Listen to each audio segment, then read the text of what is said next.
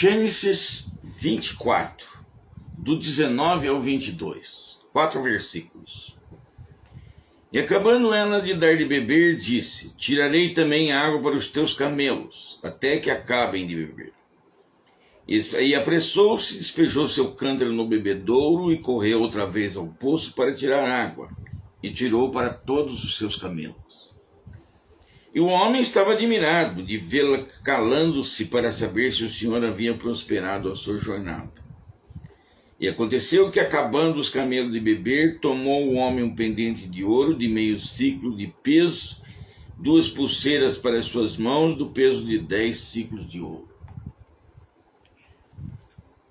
Capítulo 24 mostra que Abraão estava bem velho e estava preocupado porque o filho precisava casar.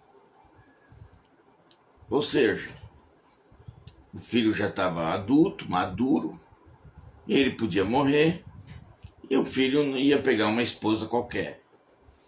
Então ele fez o capataz dele, um dos mais antigos empregados da fazenda, fazer um juramento de que iria ter a terra da onde ele veio, né, Ur dos Caldeus, e buscar uma esposa para ele que viesse da família dele, que adorava o Deus dele.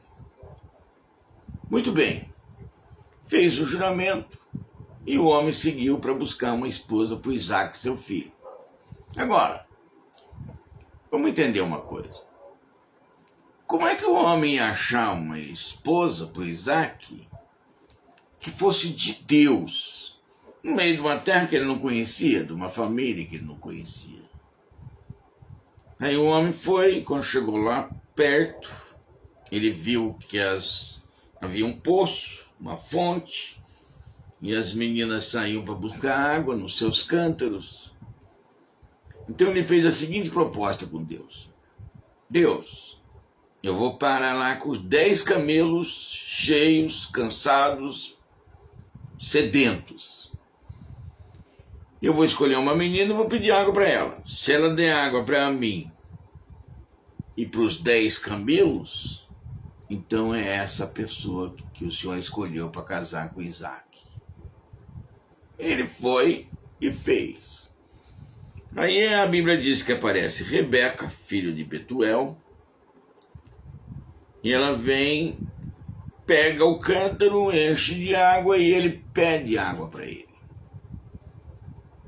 Aí ela fala: não, toma aqui, deu água para ele e vou dar água para os seus camelos. 10 camelos. Cada camelo bebe 130 litros de água. 10 camelos dá 1.300 litros de água. É uma caixa d'água enorme. O que ele estava pedindo para Deus era um absurdo. Uma menina com um cântaro de 12 a 13 litros, que era cântaro padrão da época, e lá na fonte tirar a água e colocar no bebedouro do camelo, que era uma caixa d'água enorme. Meu irmão, isso é um absurdo. Nenhuma menina, nenhuma mulher que eu conheço hoje faria um negócio desses. Encher uma caixa d'água de 1.300 litros para 10 camelos beber. Pois não é que a Rebeca se ofereceu para dar água para todos os camelos.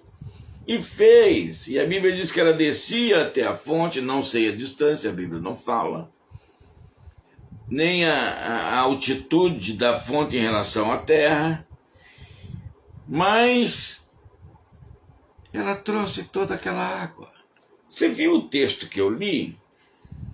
Ele se sentou para ficar vendo aquele milagre acontecer. Uma menina que estava dando água para 10 camelos com um cântaro pequeno. E quando terminou, ele vai dar para ela uns pulseiras, né? Pendente de ouro e pulseiras. Aí eu fui ver aqui o ciclo de ouro, um valor atual dá R$136 mil. Aí ela vai e conta em casa, a família dela quer conhecer o homem, hospeda o homem. Daí ele conta para que veio, buscar uma esposa para Isaac. Aí ela aceita, a família aceita, ele desce dos camelos, vestuário riquíssimo, e joias, ouro para toda a família. Enfim, a família ficou rica, a menina ficou rica, todo mundo ficou bem de vida só nesse episódio. Só nesse episódio. Agora, também quando eu digo rico, eu quero dizer o seguinte: a maior riqueza é a salvação eterna. Mas para chegar até na salvação eterna, por exemplo, eu conheci Cristo com 26 anos. Para mim chegar até a salvação eterna, eu já estou com 70, já tem mais de 40 anos aí. Você está entendendo? Para mim chegar até a salvação eterna, tem um tempo. E a riqueza material te dá a qualidade de vida para você chegar até lá. Mas é lá que você vai receber o principal, a salvação eterna. A vida dela já estava resolvida só nesse caso aqui. Mas ela ainda ia sair, ela ia casar com Isaac, ia herdar toda a fortuna de Abraão. Então, na verdade, o que a Bíblia está mostrando é que por ser uma moça hospitaleira e trabalhadora, ela tinha os pré-requisitos para ser treinada, para receber a herança do Isaac, caminhar em direção à vida eterna. Todo o problema da vida dela estava sendo resolvido ali. Você nunca sabe qual é o milagre que Deus reservou para a tua vida. Sabe, você tem que andar direito com Deus. Porque se Ele resolver mandar um milagre para você, hoje, amanhã, depois, você tem que estar pronto, preparado para receber esse milagre. E Rebeca estava. E eu? Será que eu estou preparado para receber o meu milagre? Será que você está preparado para receber o seu milagre? Porque aqui dá a entender que Deus sempre tem um milagre que vai mudar a nossa vida, nossa história, a qualidade da nossa vida terrena e mais a vida futura, que é a vida eterna. Fique preparado. Gênesis 26, 1 e 2. E havia fome na terra, além da primeira fome que foi nos dias de Abraão. Por isso foi Isaque a Abimeleque, rei dos filisteus, em Gerar. E apareceu-lhe o Senhor e disse: não desça ao Egito, habita na terra que eu te disser. Se você parar para pensar, Adão e Eva recebeu o teste da obediência. Deus colocou 2 árvores no jardim e falou: essa aqui você pode comer, dessa aqui não. Eles desobedeceram. Tinha tudo, tinha um jardim, tinha tudo, mas desobedeceram. O Abraão, o teste foi um pouco diferente, mas também teve um teste. Qual foi o teste? Abraão, você vai sair da terra dos seus parentes e vai vir para a terra que eu vou te dizer ainda. Você vai sair para o desconhecido, que ficava em direção ao deserto. Então Abraão não tinha perspectiva nenhuma, mas obedeceu. Porque ele obedeceu, Deus abençoou a vida dele todinha. E agora o Isaac, no meio de uma fome que foi semelhante à fome que Abraão enfrentou, fome, sede, seca, Deus fala para ele: não vá para o Egito. Mas se você for parar para observar o relevo da região, no meio de uma fome e de uma seca, onde é que tem água? No Egito. O Egito era a melhor opção para Isaac. Mas Deus fala para ele, não vai para o Egito. Então o que Deus estava reservando a ele? Viver naquela região, no meio do deserto, e não buscar a água do Egito. É um pedido até extremamente absurdo para você obedecer. Mas ele obedeceu, né? Lembra os pregadores das antigas que diziam lá na escola você aprende o ABCD, aqui na igreja você aprende o obedecer, né? E na época quando eles falavam isso eu ria, mas era uma verdade. Deus testa a minha obediência, Deus testa a sua obediência.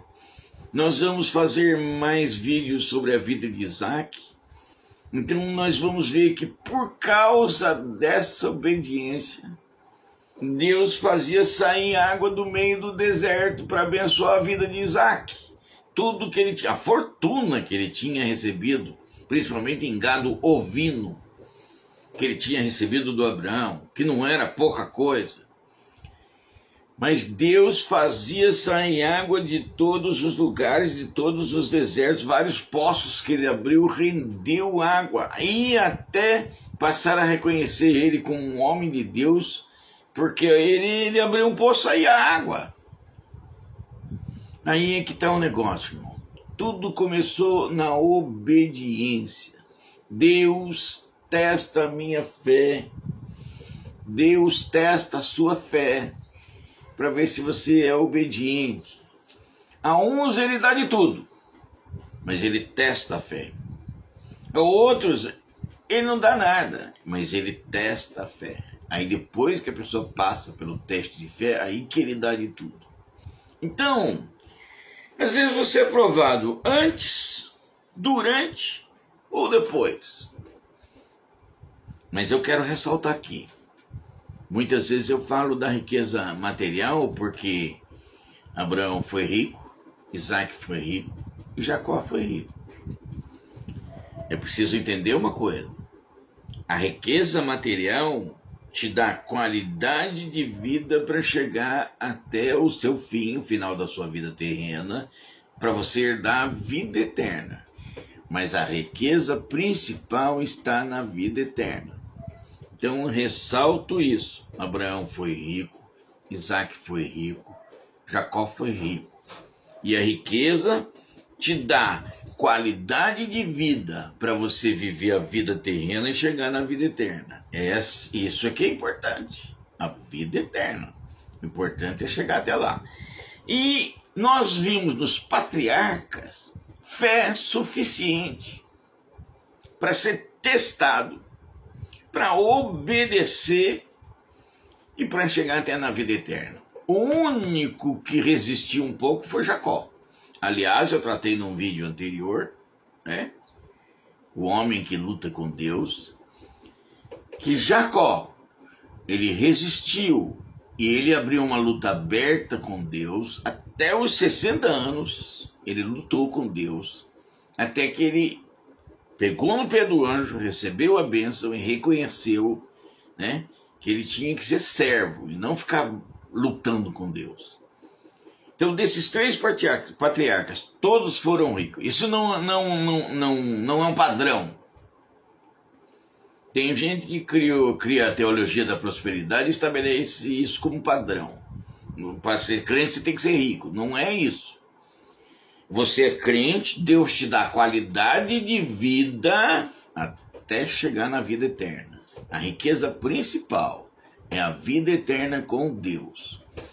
E nesse episódio, Deus fala para Isaac, você não vá para o Egito. E o Egito é que tinha tudo de bom, mas lá também tinha idolatria, né?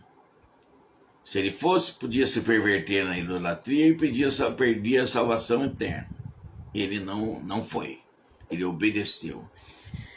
E aqui a gente vê que a obediência é fundamental na caminhada para a vida eterna. Nós temos que aprender a obedecer a Deus. A obediência é sinal de sucesso.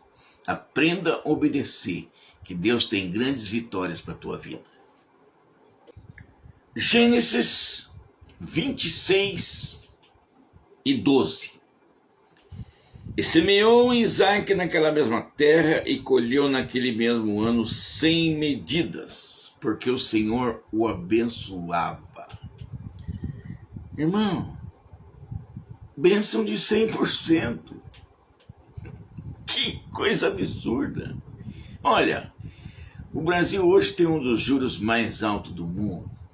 Está beirando a faixa dos 14% e subindo. Talvez chegue até a 15%. É considerado um absurdo nos dias de hoje um juro de 15%. Por quê?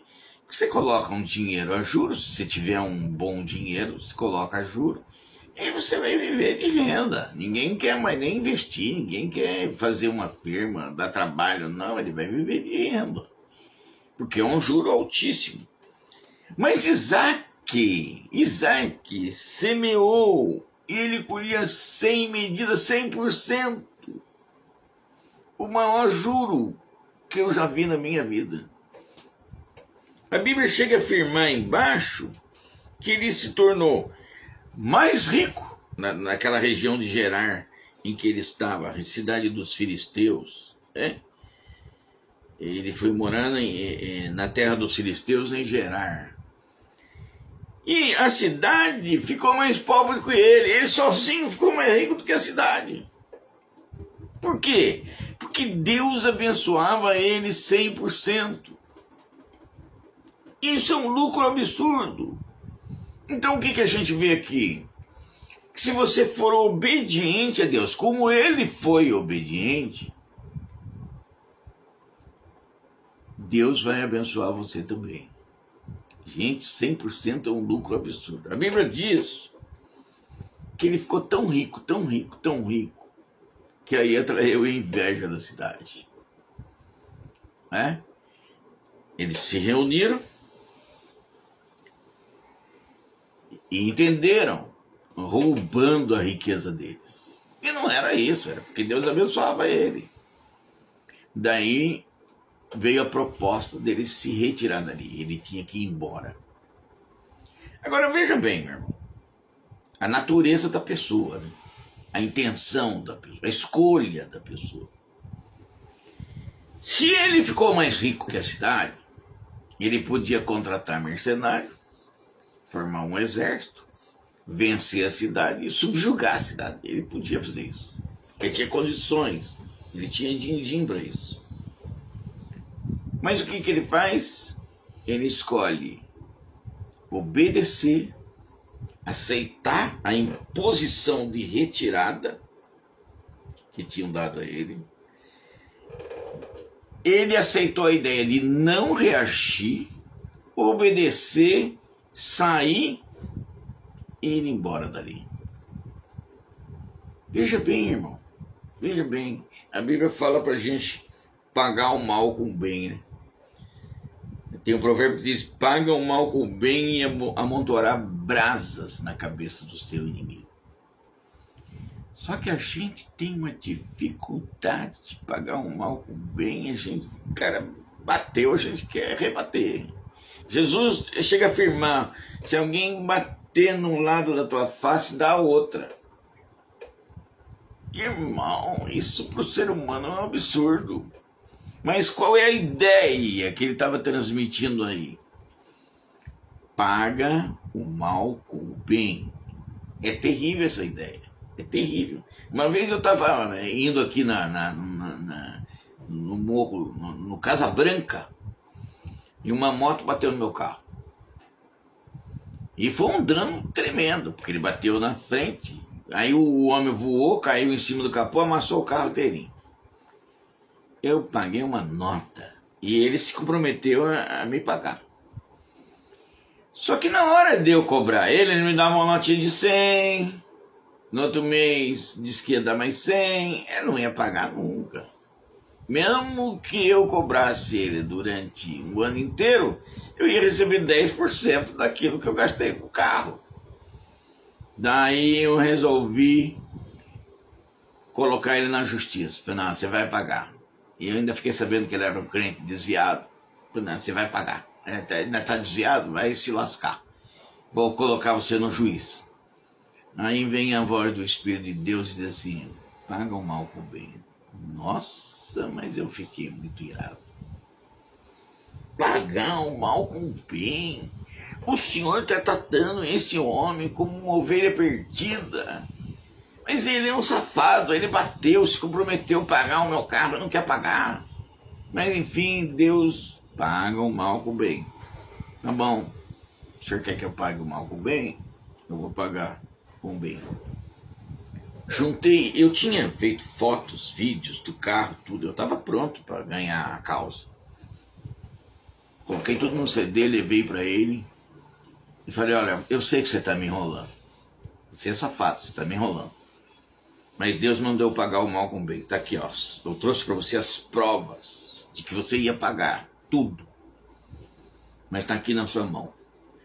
Eu não vou fazer isso porque Deus mandou pagar o mal com o bem. Mas eu vou te dar um alerta. Ele tá tratando você como uma ovelha perdida. Mas se um dia ele for cobrar de você o que você realmente deve, você vai pagar caro. Dei o CD para ele, dei as provas para ele, orei por ele, abençoei a vida dele e fui embora. Mas eu estava protestando, estava achando ruim, não gostei daquilo, eu não gostei. Mas, inclusive hoje, quando ele e a esposa dele se encontram comigo na rua, eles voltam, se desviam. Quando está no supermercado, eles saem da minha frente.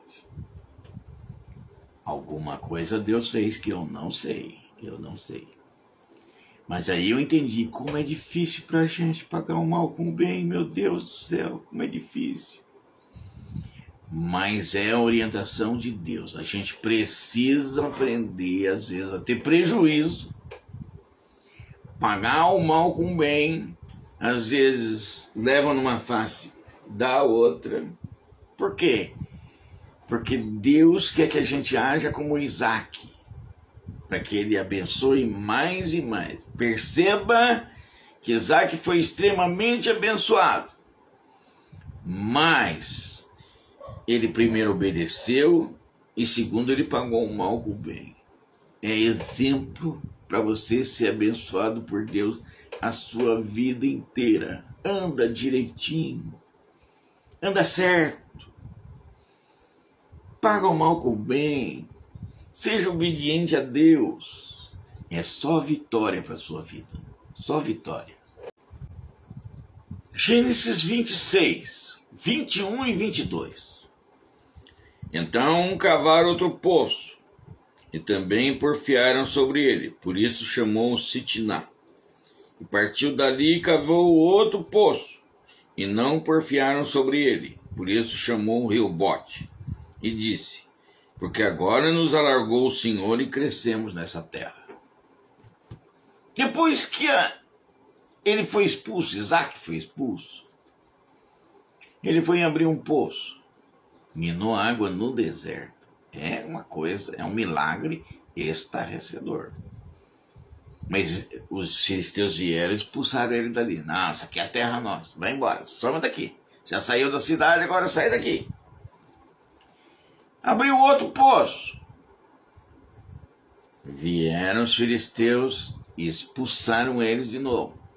No começo era o pessoal da cidade, agora eram os pastores do campo. Expulsaram ele de novo. Por 3 vezes. Ele foi abençoado por Deus e expulsaram ele do lugar. E ele foi embora, ele obedeceu.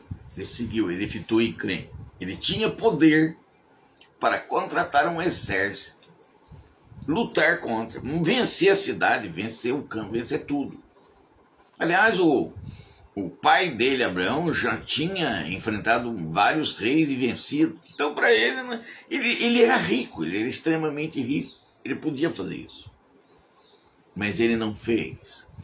Ele saiu em direção ao deserto, com o risco de perder todos os rebanhos, morrerem tudo de sede. Mas no meio do deserto,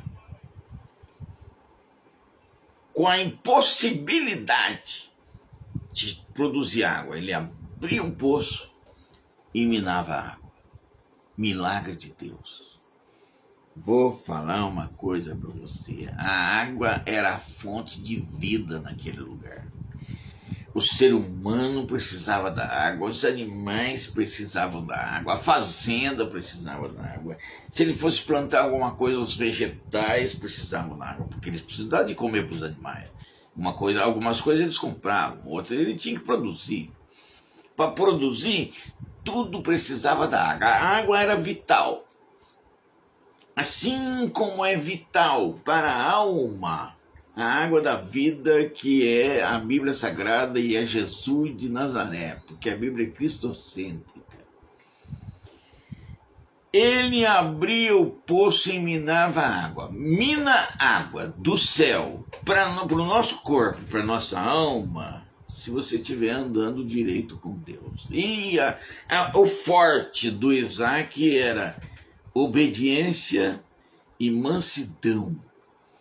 Contratavam com eles. Tem gente que já levanta e fala: eu vou chutar o pau da barraca, vou virar a mesa, vou fazer, vou acontecer. Eu também era dessa linha, dessa natureza.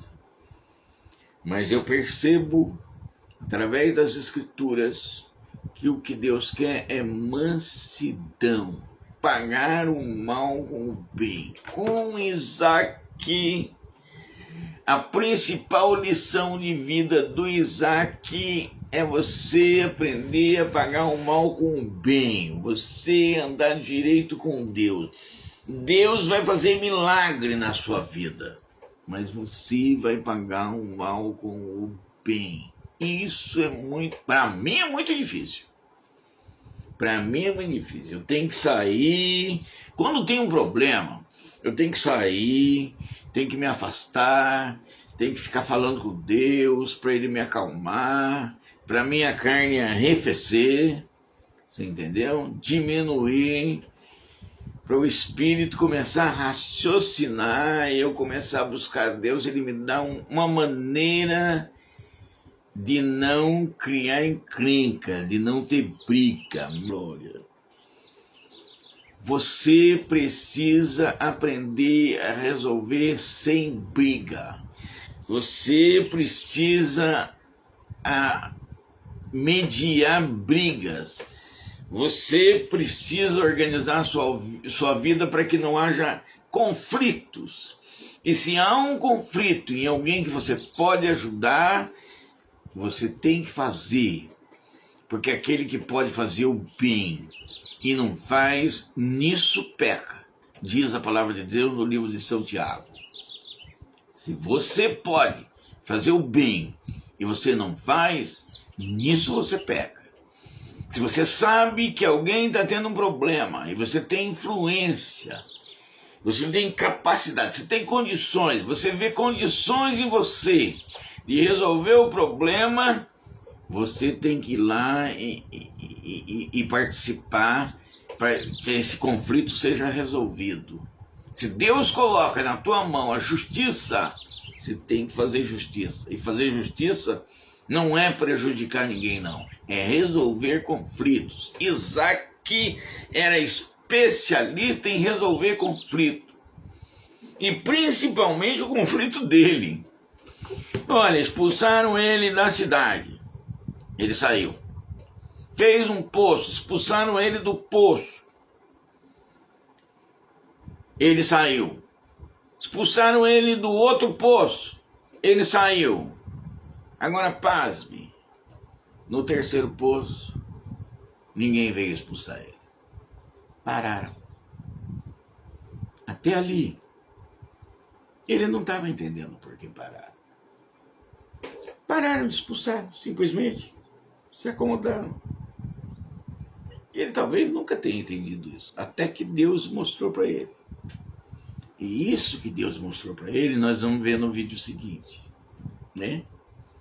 Que Deus mostra para ele por quê que ninguém veio mais expulsar ele. Mas até aqui, eu acho que ficou a lição para a nossa vida. Primeiro, obediência. Segundo, mansidão. Deus quer que você resolva os conflitos sem guerra, sem conflito, sem discussão, sem briga. Deus quer que você resolva o seu conflito numa boa. Ah, mas eu estou tendo prejuízo. Paga o mal com o bem. Paga o mal com o bem. E amontoar brasas na cabeça do seu inimigo. Está escrito. É só cumprir. É só fazer. Gênesis 26. Versículo 26 a 28. E Abimeleque veio a ele de Gerar com Auzate, seu amigo, e ficou príncipe do seu exército.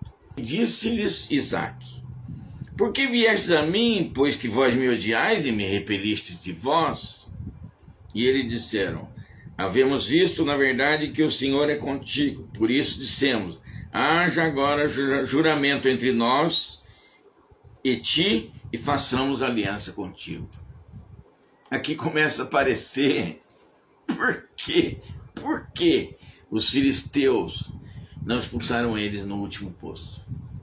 Aqui que começa a aparecer. E por quê? Porque eles perceberam que Deus estava fazendo milagres contínuos na vida de Isaac. Porque ele abriu o poço e saía água. Uma região que era impossível. E daí eles viram que Deus estava com ele e resolveram fazer um tratado de paz com Isaac. Olha aí, olha aí. Às vezes o teu inimigo olha para você e vê que Deus está na sua vida. E Deus faz milagre com você. E Deus começa a mostrar para o seu inimigo que ele está fazendo milagre e que é ele que está no comando. E às vezes, por medo do seu Deus, o seu inimigo vem e faz a paz contigo. Ele evita a encrenca, porque sabe que vai bater de frente com um Deus muito grande.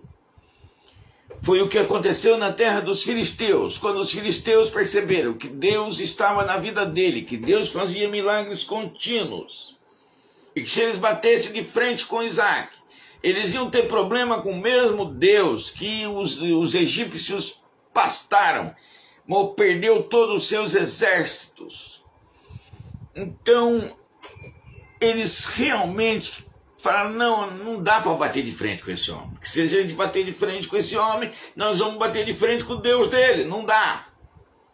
Então vamos lá fazer a paz com ele. Aí veio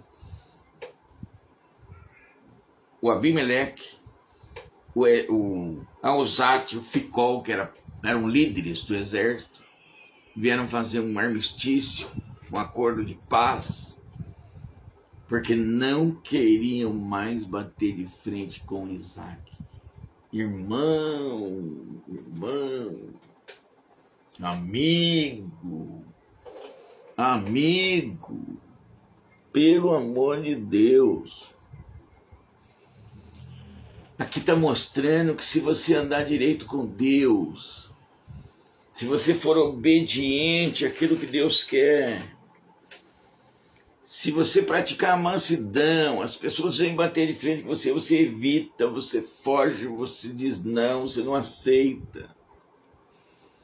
Às vezes te expulsam, é como dar um tapa numa cara e você dá outra face. Como expulsar Isaac. Se assim mesmo você resistia à vontade de dar um peteleco, né? Tem hora que dá vontade de dar um pé da orelha.